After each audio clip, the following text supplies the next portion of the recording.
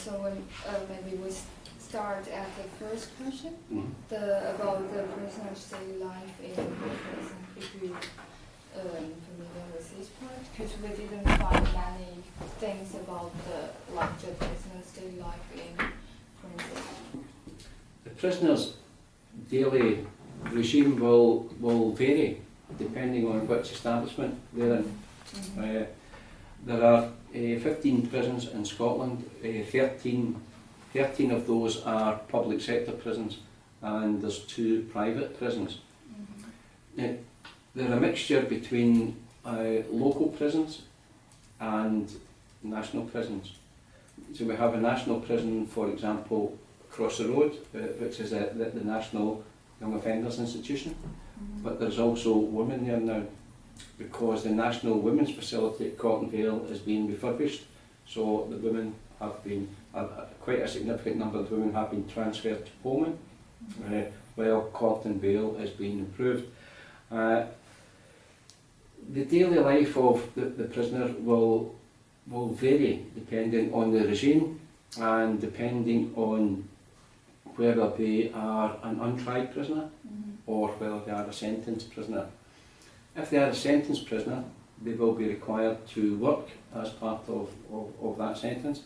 So in the morning following breakfast, following the breakfast, they will, the way that all prisons operate is what they call the movement of the route.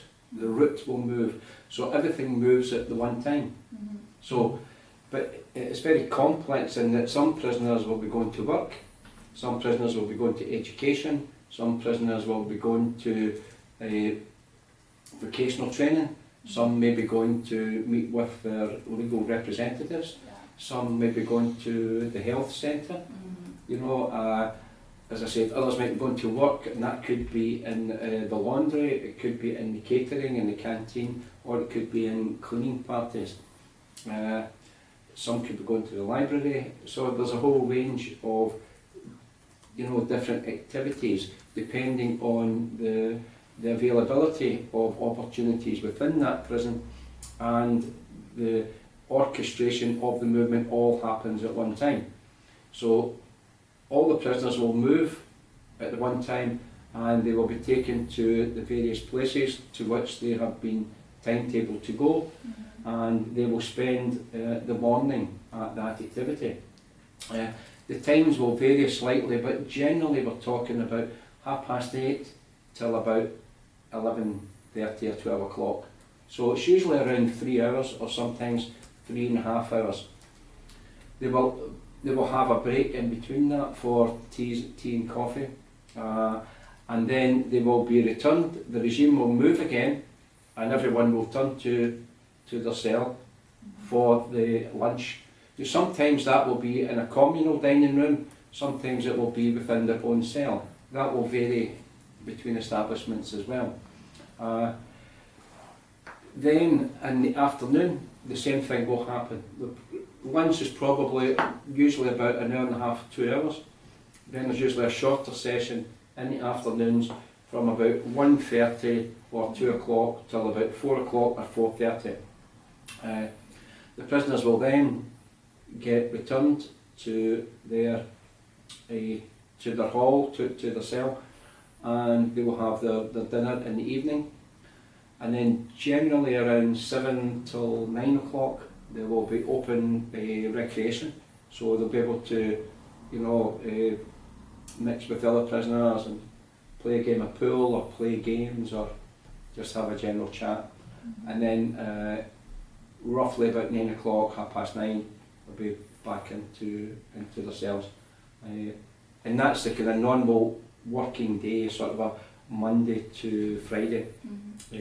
Weekends are slightly different, because there's no work or education at the weekends, but they are allowed to have recreation time at the weekends as well. And within each day, there will be opportunities to go sometimes to different activities in the morning and the afternoon. Sometimes I'll also maybe be able to go to the gymnasium in the evening. they will all have at least 1 hour's 1 hour's exercise as well. So all this has to be factored into the daily regime. I see. Yeah. So it's quite like this. They have breakfast and have lunch and dinner in their cell, but after that they might have leisure time, like walk around or talk with their. Yes, that's in the evening. Mhm. Yeah, generally between 7 and 9. Yeah, like only this part.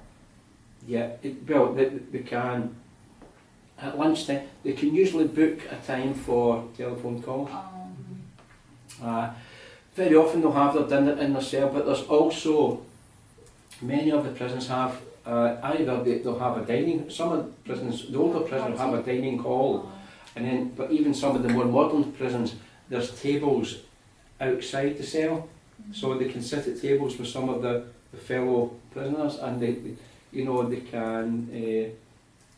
can share that dining experience, or they can choose to sit in their own cell.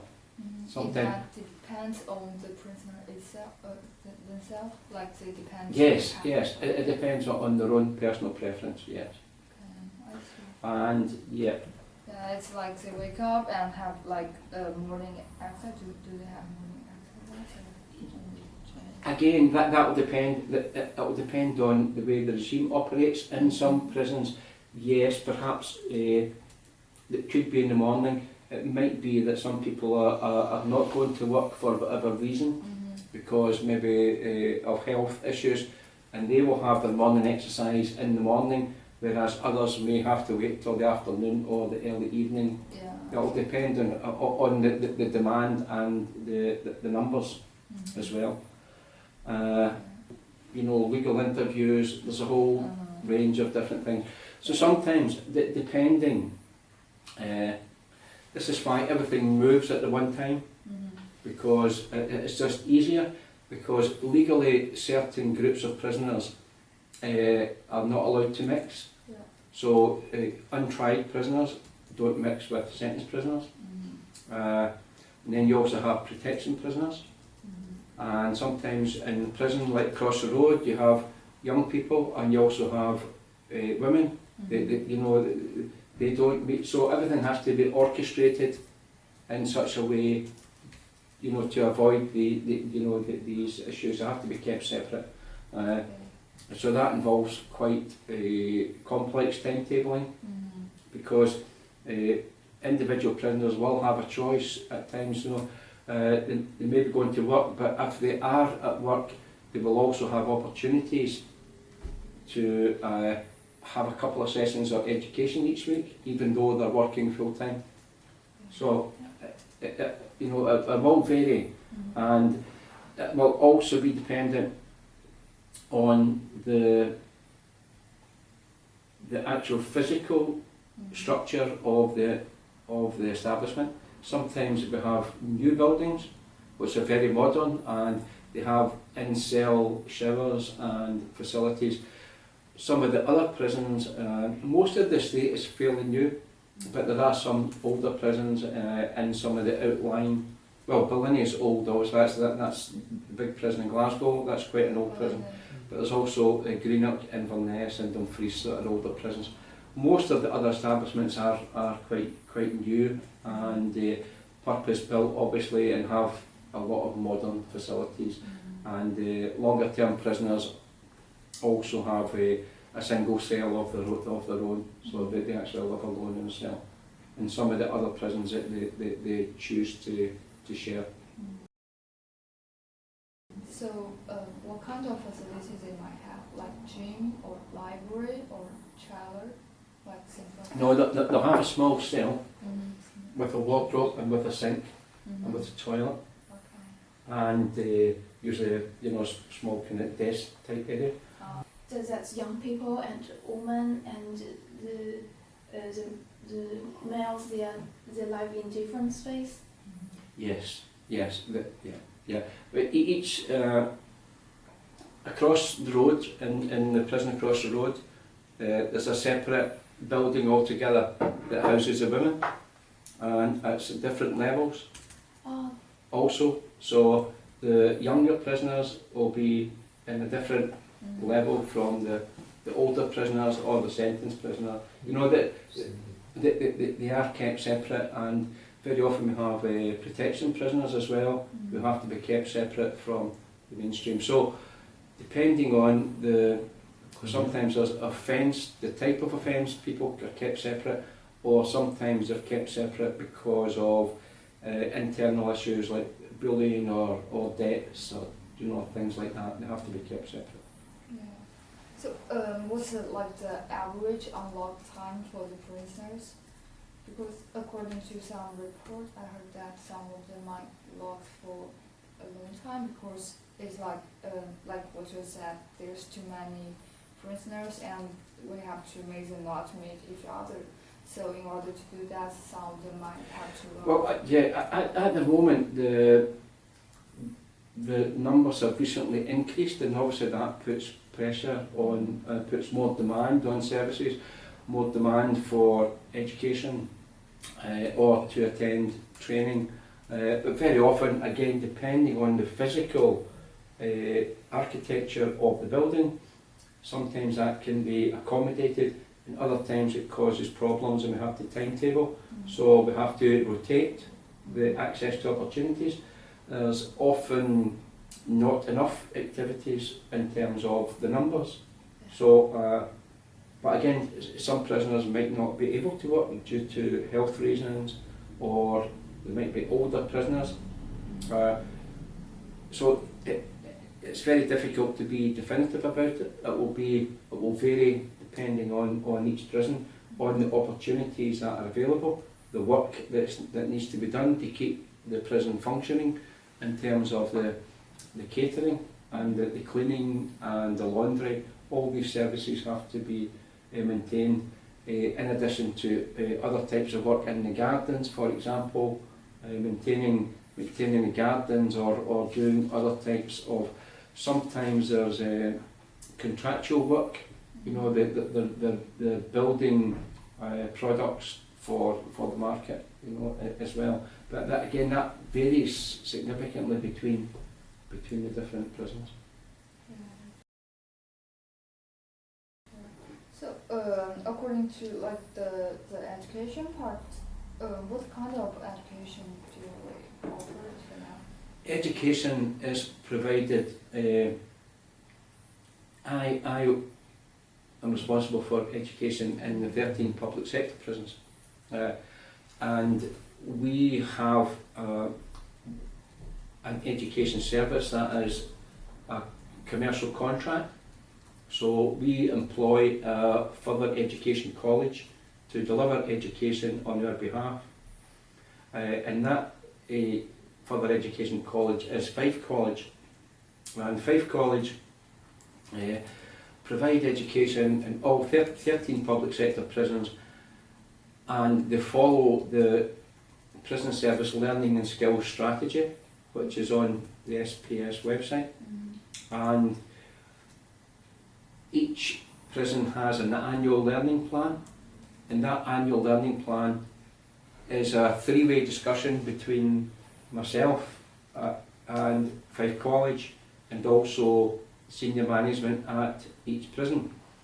And that's to ensure that everyone is making sure that the education services being provided for that prison is appropriate for the type of prisoners there.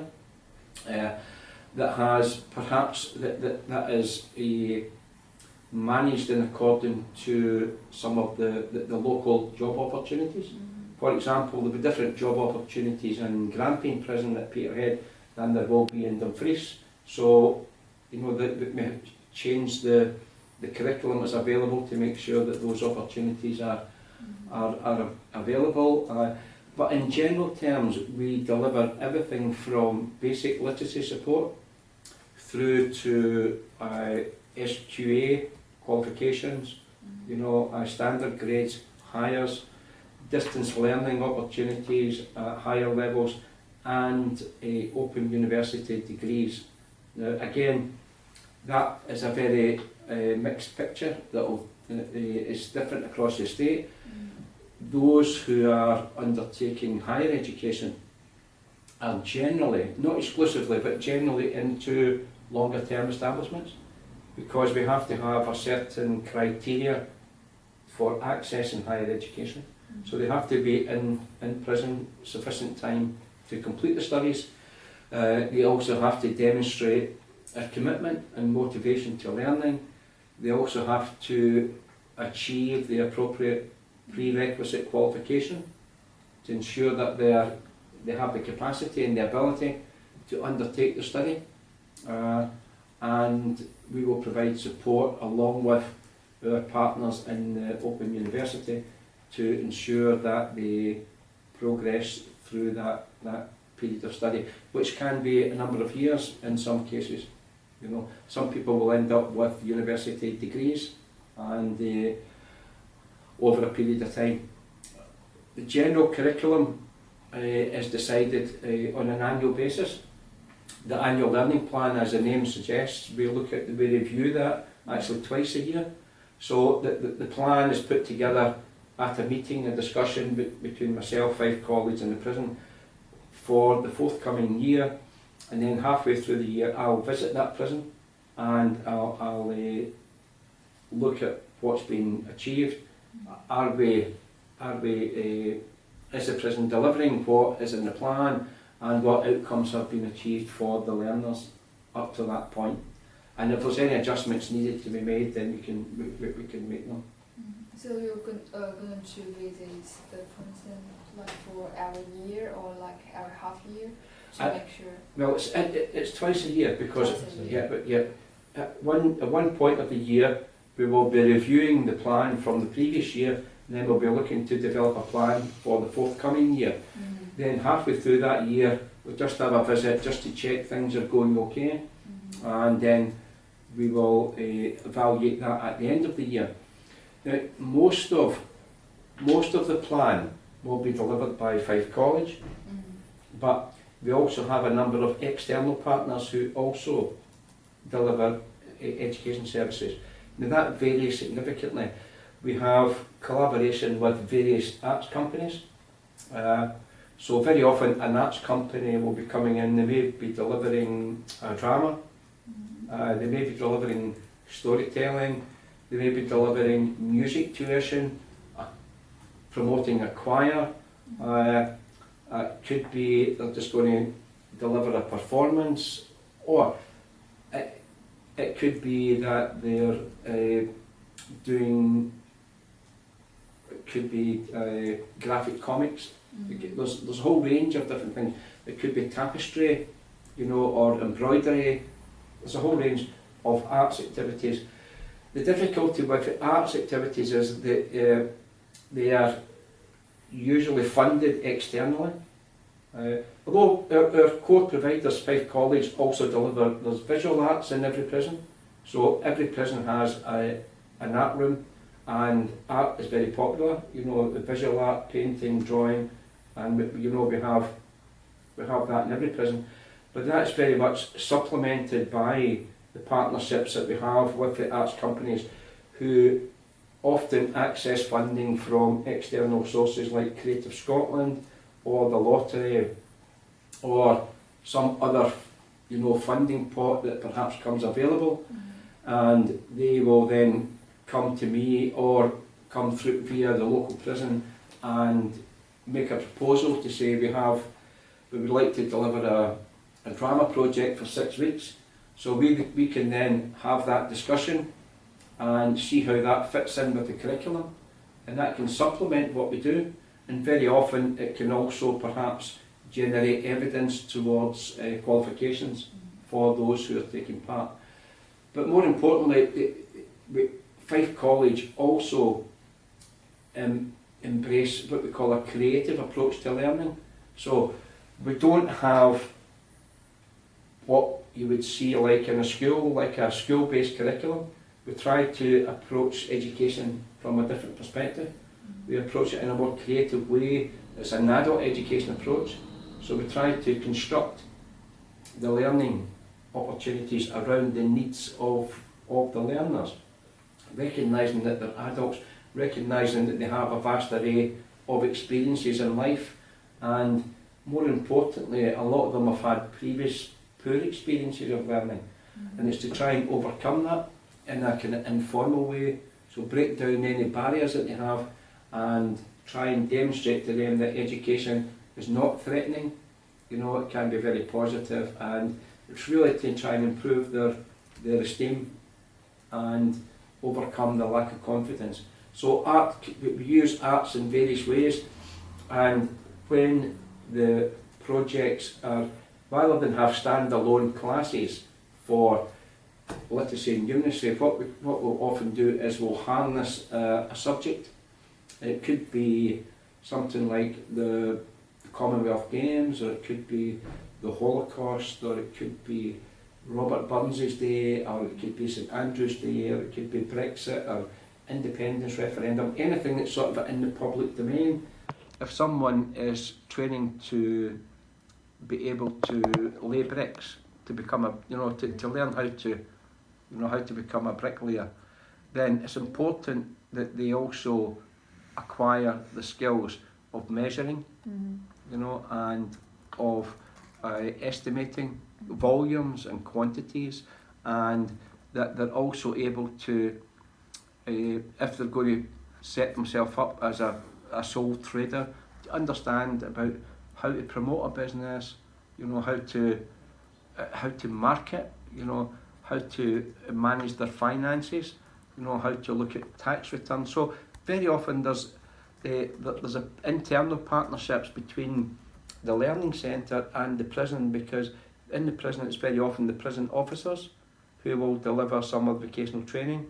We have various things like there's bricklaying, there's plumbing, there's electrical work, there's painting and decorating, there's joinery, sometimes there's engineering. That will vary as well, that will vary across the prisons. But very often construction skills is available in most prisons, because it's very popular, and that there's perhaps real job opportunities for prisoners once they come out to get involved in the building trade. So it is very popular, but we have to make sure some prisoners just want to do the physical work of laying bricks or building things with wood, but they have to understand how to measure, how to estimate, how to calculate angles and that type of thing. So, but with Fife College, they can construct those materials around the context of bricklaying or woodwork, so it makes it more relevant for the learners. So that's the second one. The partnerships also has, as I said, arts agencies coming in, and we also have a range of partnerships with universities. Now, universities, for example, we have had projects like cell block science.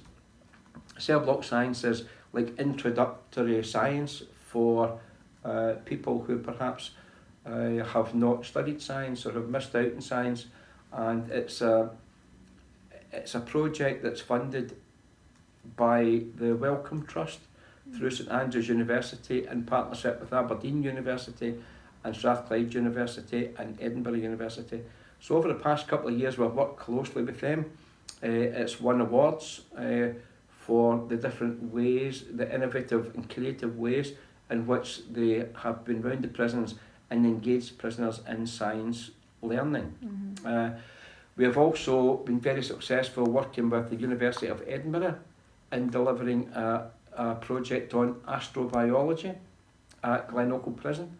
The Glenorchy Prison is a prison that holds sex offenders, and often sex offenders can generally have a higher level of educational background, because many of them have been perhaps professional people prior to going to prison. But we delivered an astrobiology project there. It was very successful. It was supported by the European Space Agency. They gave us the money to produce a book about it, and that had a number of spin-off activities. Not only was there a book published, there was creative writing, there was poetry, and there was the songwriting, Martian blues music, believe it or not. So this is why the project themed learning, so whether we harness astrobiology or Commonwealth Games or the Olympics, whatever, we can always generate associated activity like the Olympics. We can have a project on the colour, the national foods from different countries, and people can learn about different menus, different ways, and they can learn also, if they maybe practice some of these menus, they can also learn about food hygiene and how to prepare food. So they're learning life skills as well. So it's a very much a holistic approach. And the same with the astrobiology. What we were really doing in some respects was that these learners were being presented with a scenario. Have you ever seen the film Matt Damon, Mars? The astronaut stranded on Mars. Well, they're presented with that scenario. They're saying, you're stranded on Mars, you have 9 months of food left. How are you going to survive? Who makes the decisions? What authority have they got for those decisions? How do you... So what it is, it's promoting cooperation, and it's teaching skills around leadership and democracy and citizenship. So there's always associated learning. Now that project, as I said, delivered creative writing and poetry in a book. So this is the type, so we don't impose, this is what you learn, very often create it from the learner's interest and then work from that way. So that's partnerships. We recognise that we've also got philosophy being taught by University of Glasgow and the University of Edinburgh in some of the prisons. We've got Edinburgh College of Art doing tapestry work with the women, Edinburgh Prison. We have University of Aberdeen currently in doing cell block science. We do work in Scots language, do work, like I said, with other arts. So it's a very fluid picture, but we've got a meeting this week with the Edinburgh Book Festival people who are going to be doing work with us as well. We're working with an American third sector organisation developing literacy through creative comic books. So that was a pilot project we've just completed at Edinburgh Prison by the women, been very successful. We're looking to take that forward. So these are just some examples of what we do in terms of partnership. The other next theme is high quality learning. Everything we do now, because we have an annual learning plan, or if someone approaches us externally and says they want to deliver something in a prison, then I need to be assured that they can deliver what they say. I want to look at what their background is, what their skills are, and more importantly, what are the outcomes for the learners. So there is a process whereby we make sure that whoever's coming in, that it is high quality. It's at universities, what's going to be delivered, what are the outcomes, and with our partners in Fife College, there's ongoing personal development for their teaching staff as well. So that's kind of ensuring high quality learning, and that's something that we look at. I look at twice a year when I'm doing my reviews of the annual learning plan. Then the fourth theme is our capacity to respond. So, for example, some of the things this is really looking at what are the challenges within each prison. Are we ensuring that everyone gets an appropriate opportunity to go to the learning centre? Now, because in some prisons we have an ageing population, so there are sometimes older prisoners cannot physically make their way across to the learning centre, so we then have to ensure that a teacher goes across to the residential area to deliver. So it's looking at things like that, where can we deliver out with, so that we can maximise the resource that we have. If there's only a small group of protection prisoners, how can we ensure that they're also getting opportunities, as well as the mainstream population? Or if the learning centre in an older prison doesn't have a disability access, then we need to ensure that we deliver somebody else. Things like that. That's the capacity to respond. So it's always a kind of annual review saying, are we making the most of the resource that we have, or is there things we can do to make that better? And the final theme is evidence, outcomes. Yeah. So everything's now focused on outcomes. So whatever Fife College are doing, I guess the outcomes, the expected outcomes form part of the annual learning plan.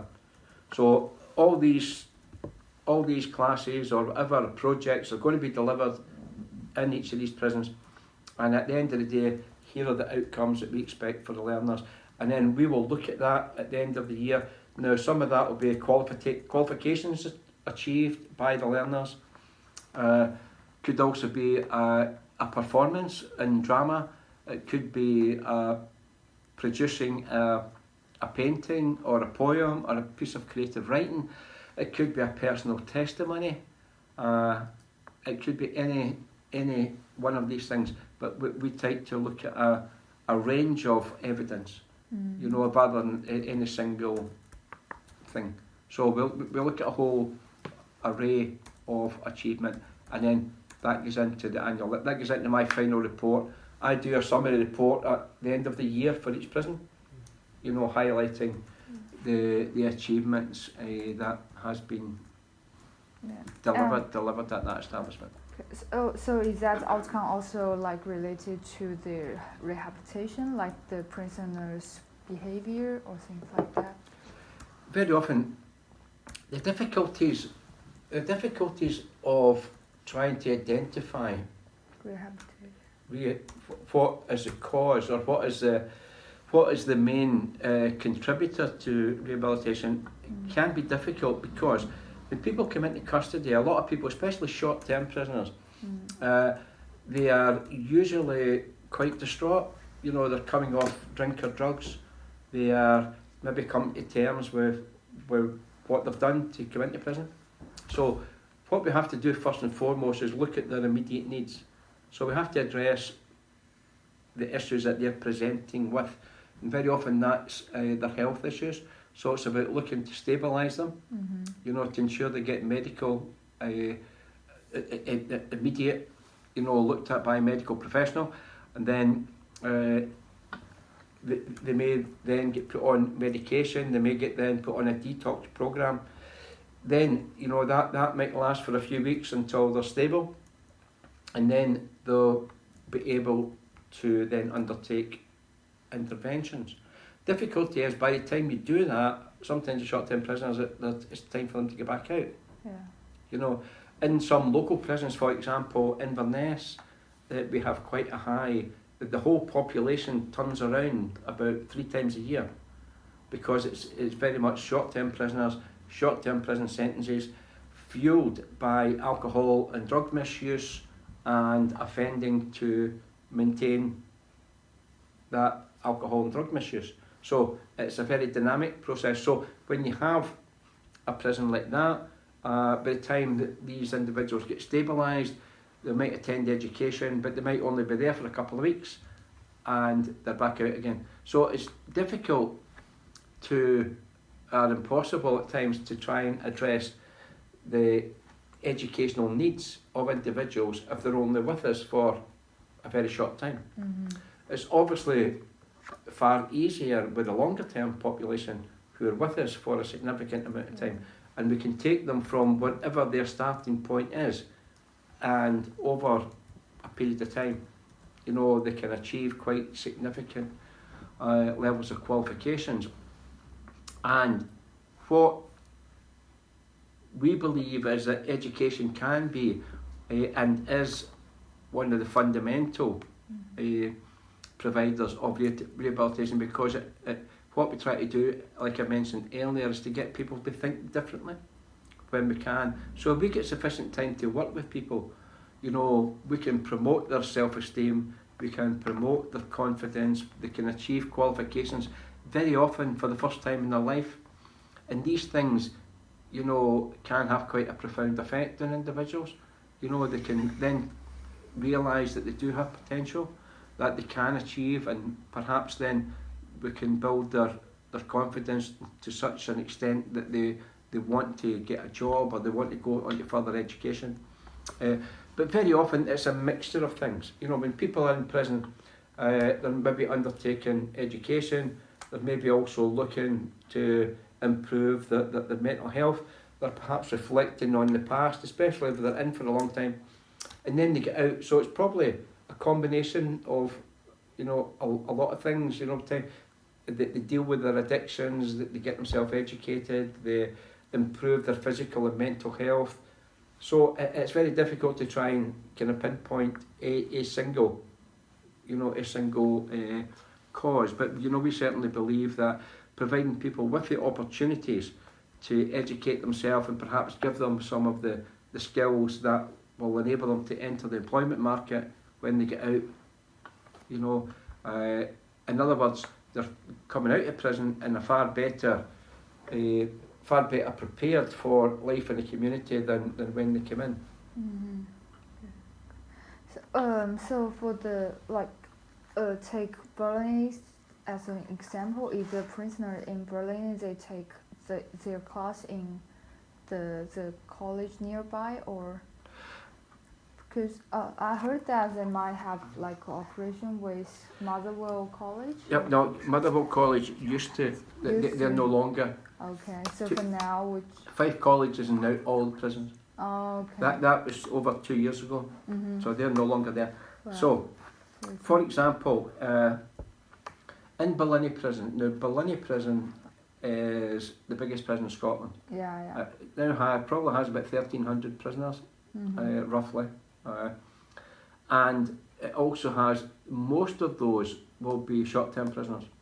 However, there will be those who are there who are longer-term prisoners who are going, you know, but they've been there because they've been arrested in Glasgow, they've been attending court there, and they're just waiting in Balliny for transfer to a longer-term establishment. But there's also one hall in Balliny which deals with prisoners who are coming to the end of their sentence, and they will go into this particular hall and prepare for community placement, so they can go out into the community and do some work or attend college.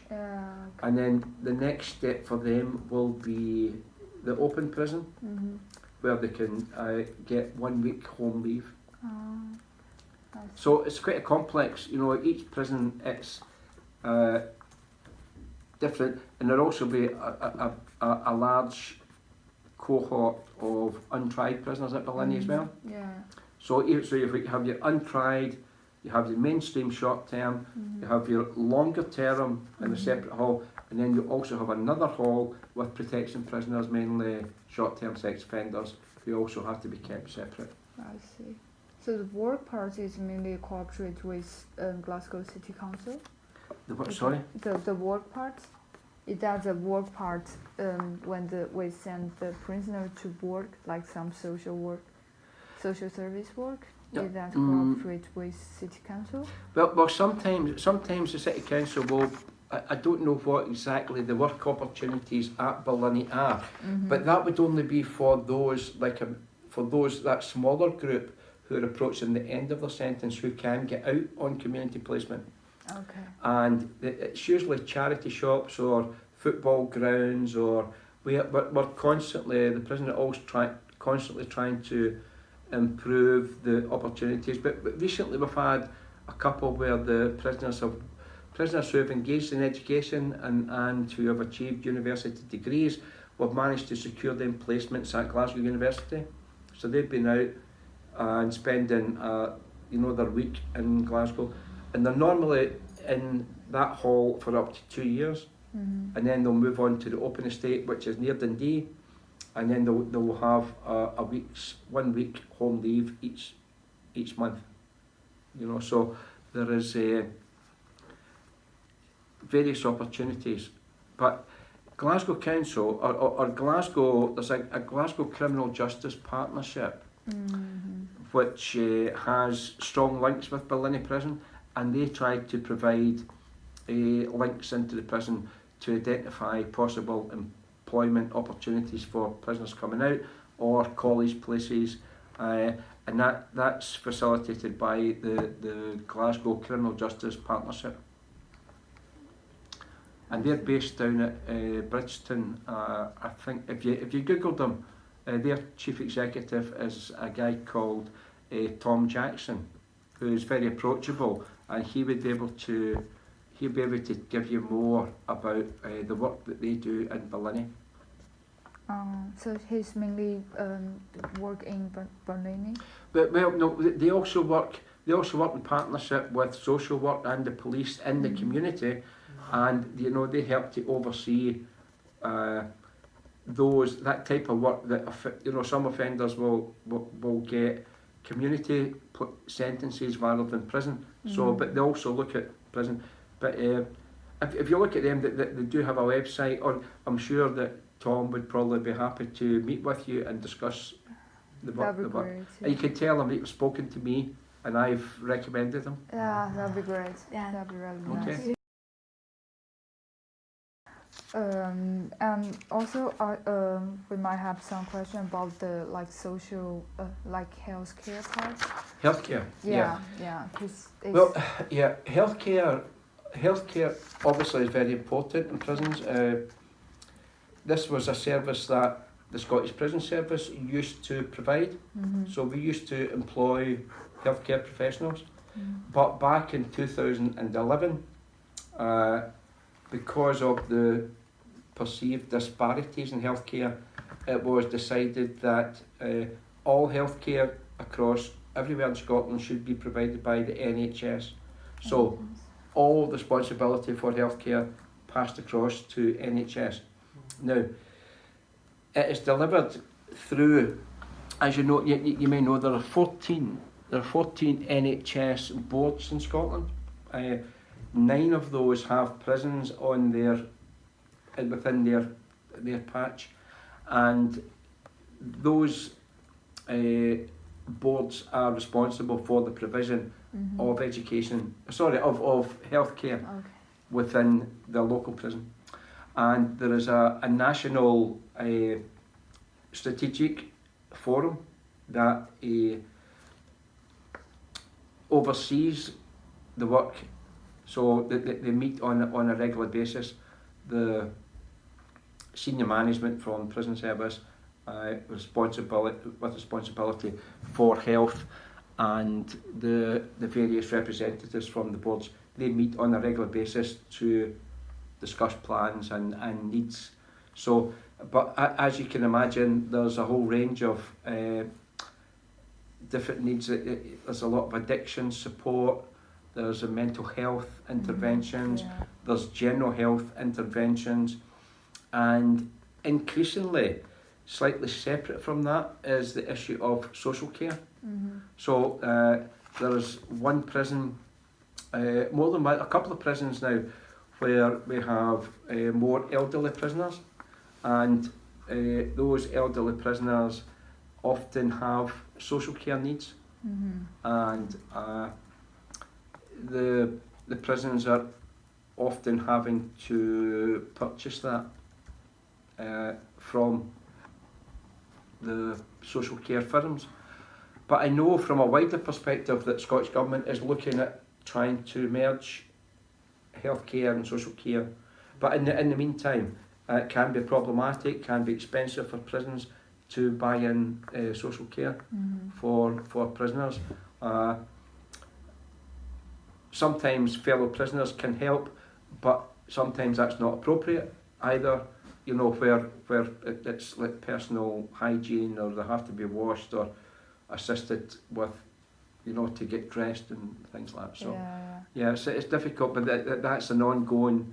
The Scottish Prison Service have ongoing discussions with partners about the best way to continue to provide that service in the longer term, because it is becoming increasingly relevant due to the age profiles of prisoners going up. So. It's like social care sometimes also related to education part, because it's like sometimes some of the prisoners might have trouble with reading or like focus. It's also some kind of social Well, care? yeah. Sometimes prisoners have low levels of basic skills. They have low levels of literacy and numeracy, and therefore that can impact on other areas where perhaps they're not able to access services or indeed to learn about wider social needs and self-care and life skills. Yeah. So what we try to do is we try to ensure that there's a balance.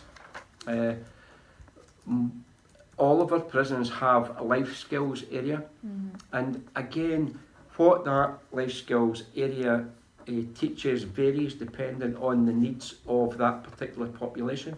So for short-term prisoners, for example, who are coming in and out, if they need help with a literacy and numeracy, they will get a referral to the learning centre, but sometimes, like I said, it might be that only going to be, by the time they get stabilised, they might only get a couple of weeks intervention. So what they also try to do in collaboration with that is to teach life skills. Now that might be how to ensure that you get proper personal hygiene, how to operate a washing machine, how to do some basic cookery, how to maybe how to fix a plug, a plug, and how to do maybe some basic DIY. So or how to approach your local council to apply for a grant and something, or how to join the library. There's a whole range of different. And there was a life skills review that we did a couple of years ago, and all the prisons have booklets with a whole range of suggestions that they can call upon to, depending on the needs of the individuals. So it's very difficult to have clear lines between these things. Our Fife College have a range of very basic qualifications on like health and hygiene. So teaching people how to make sure that when they're cooking that they'll get the appropriate hygiene. We've also got health and safety. Basic awareness of health and safety, and of things like manual handling, how to make sure they lift things without injuring themselves.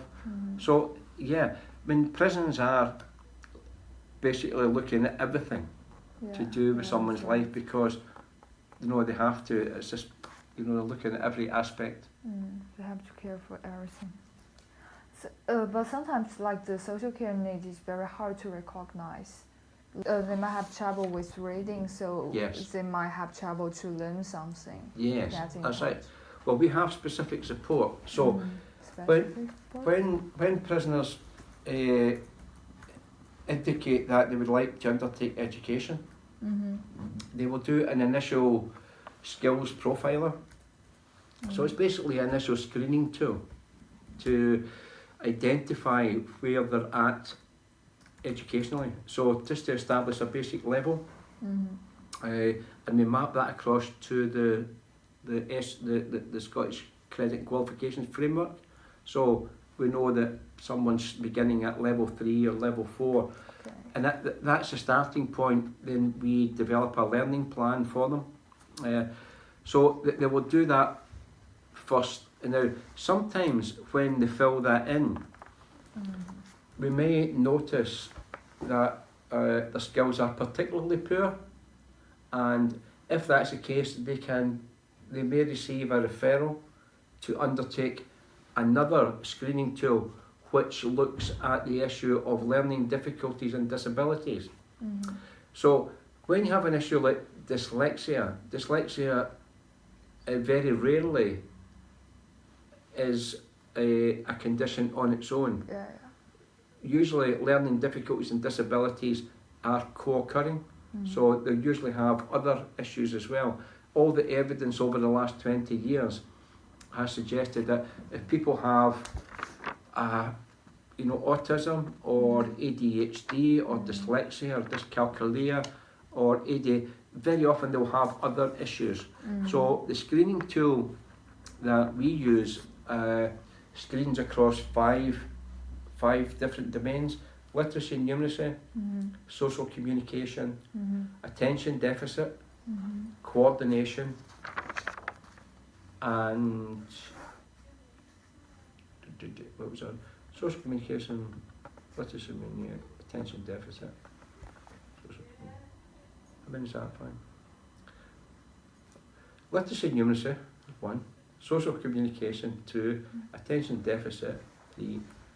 Coordination and cognitive impairment. Okay. So that's the 5 domains. And it's just a screening tool that will intimate a red flag. There may be a problem in this area. Then we can decide whether the person needs particular intensive support. We can provide either one-to-one intervention or small group work to help them with their reading and writing. Or if it's a wider issue like perhaps autism, then they will receive. This will be discussed with the health centre to see what the NHS can provide to help that person during their stay in custody.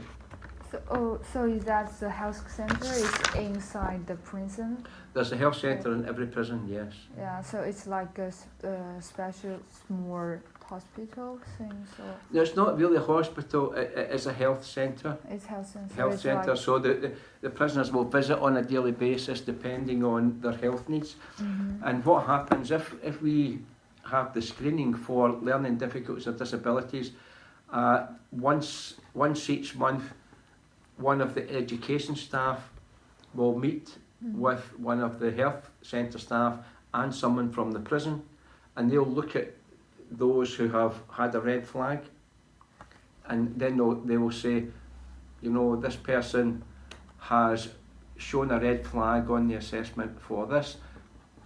Is this just an education issue, or is it something that the health centre have to be aware of as well? And then they will decide how to take that forward at that meeting.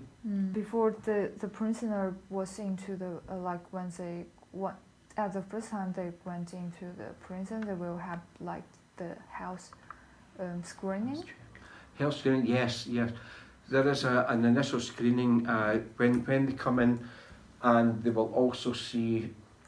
I'm not sure of the exact details. It's not my area, but I know that they will be seen by a professional healthcare specialist within so many hours of arriving in custody. So they only have like the screening before they sent to prison, but they don't have one when they release before they release to The health screening, you mean? Yeah, Health. screening. Well, because healthcare is provided by NHS, right? The health record should be, I would imagine, the health record is accessible to the doctors when they go back out. Yeah. The difficulty sometimes is that some prisoners have chaotic lifestyles. Sometimes they're not registered with a doctor. Sometimes they don't have an address to go to. So that's what provides some of the difficulty. It seems that the health documents sometimes might lose or they might miss, so they can like some of the prisoners they might have like drug addiction problem or things like that. But when they release to society, as there's no addiction screening or it's hard to find the registered GP. So they're hard to take the sometimes that's the case, if they're not registered with a GP or if they're of no fixed abode, if they don't have an address to go back to. Yeah. Sometimes when people come into prison, they will lose their rented accommodation. Sometimes the partner might not want them to come back to the house, or the parents might not want them to come back to the house, so therefore effectively they're homeless. But we have links with local authorities, and we also have a process whereby we try to provide a community integration plan for the prisoner about 6 weeks prior to release, and you know, to tie up some of these loose ends to make sure. So we have people from local authorities who come into the prison, housing agencies, or sometimes other organisations, third sector agencies, helping with addictions or helping with housing or helping with literacy. You know, so we do have these, but again, that's very patchy across the estate, and it's dependent upon these organisations obtaining funding within the areas in which they work. Yeah. Where might the prisoners go when they release to society? Will there any organisations to help them? Yes, yes, there is a number of these organisations, you know, that have. Well, local authorities, I believe, are. You know, I think they are legally obliged to provide somewhere. Mm-hmm. Now, it might just be a hostel, you know, accommodation, but these are the links. Up until fairly recently, the prison service was operating a scheme called Through Care Support Officers. And this was prison officers who were working with the prisoners during their time in custody, but also then working with them up to 12 weeks following release to help them to attend these addiction services, to attend housing services, and they would assist them, go along and advocate on their behalf. And it proved to be very successful. However, about a couple of weeks ago, the prison service suspended that service because we have increased prison numbers. There's more people in prison, and the staff were required to come back into the prisons to provide the service inside. It may start again. You know, I think there was some resource issues around it, but that was proven very successful. But it was working in partnership with a number of other external agencies that provide this work. There are, in particular for women offenders, there's a project called the Shine mentoring scheme. Because they can get the help from the government or from the non-profit organizations. So, in which conditions the government will stop the help? It depends. It depends on the individual prisoner whether they are going on to benefits. Now, the SPS has been working closely with the Department of Work and Pensions to try and ensure that all prisoners going out have had their benefits arranged in advance. It's difficult because prisoners not allowed access to the internet, and because of the government policy, all the applications have to be made online. So SPS has been working closely with the Department of Work and Pensions to ensure that people's applications are being submitted prior to them going out. But very often the support they'll get from the non-profit is usually it's not monetary. It's usually support for addictions or help with their housing or help with literacy or family contact. So it's generally not, they don't get any financial reward from them. You know, it's really just the wider support services. It's so that helps them to get the house or some work. Yeah, it could be, to assist them with employment or, to continue to improve their life skills or their employability skills, things like that. No, it's voluntary. This is why these non-profit organisations are really just, they'll provide support for the individuals. Okay, Government won't stop that. No. Because I search for the what of the facilities or what they have in the prison, like the library or the gym or the chapel. But Every prison has a library. Every prison has a gym. Every prison has a learning centre and a health centre. Yeah. Okay. So I'm also responsible for libraries. Is that big one or just like several rooms? It varies very significantly, Evan. Some of the newer prisons have the bigger libraries. Some of the older prisons have very small libraries. It's just sometimes it's about the space that's available. Okay, Uh, Some prisons have very good libraries that are very well stocked with a whole range of reading material, and others are not so good.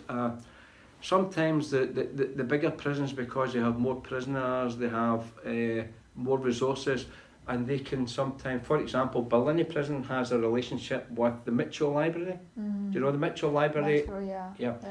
Well, the Mitchell Library provide librarians to go into Berlin and work with the prisoners there, and they help teach the prisoners about how to manage a library, and they do a regular book refresh. So after every few months, they'll take so many books and refresh them with new ones. So there's that kind of arrangement, but that doesn't happen in all of the prisons. In other prisons, the smaller prisons, they don't have the money for that, so they may have to just purchase their own books, and Okay. so it's a very mixed picture across the state. But there is libraries available and read material for prisoners. That's great. Yeah. And do they have like a chapel in prison? Yeah, normally it's a multi-faith centre now. Okay, So it multi-faith used to be centre. years ago they would have, but it's now more open to the various range of beliefs, you know, because we have prisoners now who are Catholic, Yeah, yeah. Protestant, all different, Yeah. Buddhist, Islam, you know, so it's just a multi-faith centre, and you know, we ensure that whatever religion a person is, that they have support. There is prison chaplains, so we have chaplains who they can see on a regular basis as well in each prison, depending on what particular religion that they are. I see. And where can I like find like the work structure in the prison? Like what the different departments and what's it responsible? It's quite like this the service blueprint part, and it's like who is responsible for what part of activities? Well, the way that prisons are structured, it's generally the person who is responsible for all the interventions is called the head of offender outcomes. Okay. So we have a range of, this is a senior manager in the prison, and you have a head of operations. So the head of you have the governor, and then you have a deputy governor, and then you have head of offender outcomes, who's responsible for all the interventions, work, education, healthcare, all that. And then the other side is head of operations, and they're responsible for all the practical security measures that have to be applied on a daily basis in a prison. But that will vary. It will vary from prison to prison. Wow. Okay. So it's like every prison have their own structure. They have their own structure and regime. Yeah, it's called the regime. That's how each prison will offer. But as I explained earlier, generally they're all the same in terms of the route movement. The route will move 4 times a day. So everyone going to where they're going, then back at lunchtime, Okay. then back in the afternoon, and then back in the evening. Okay. Yeah.